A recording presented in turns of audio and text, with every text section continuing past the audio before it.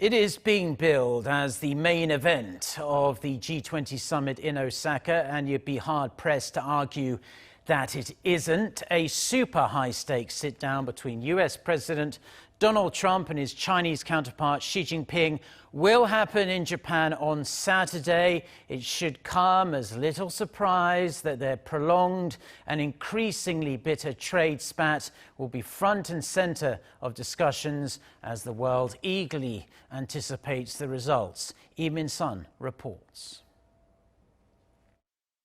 Ahead of the scheduled summit between the U.S. and China at the G20 Summit in Japan this week, a high-ranking U.S. official has revealed the goal is to resume trade talks that have been stalled since May.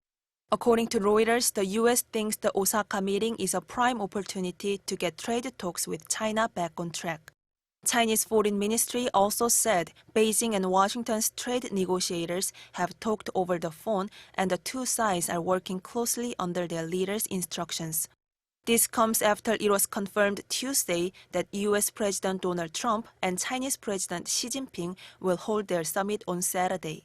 High-level trade talks in Washington in mid-May ended without agreement, and there have been no follow-up negotiations since then.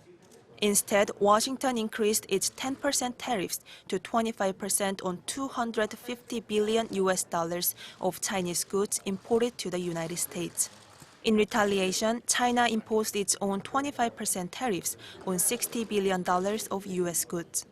Even if the two leaders agreed to resume trade talks, the main concern is whether the U.S. will impose additional tariffs on $325 billion worth of Chinese goods, as President Trump has repeatedly threatened to do.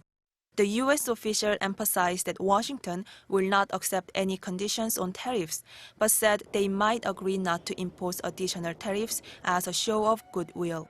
Lee Min-sun, Arirang News.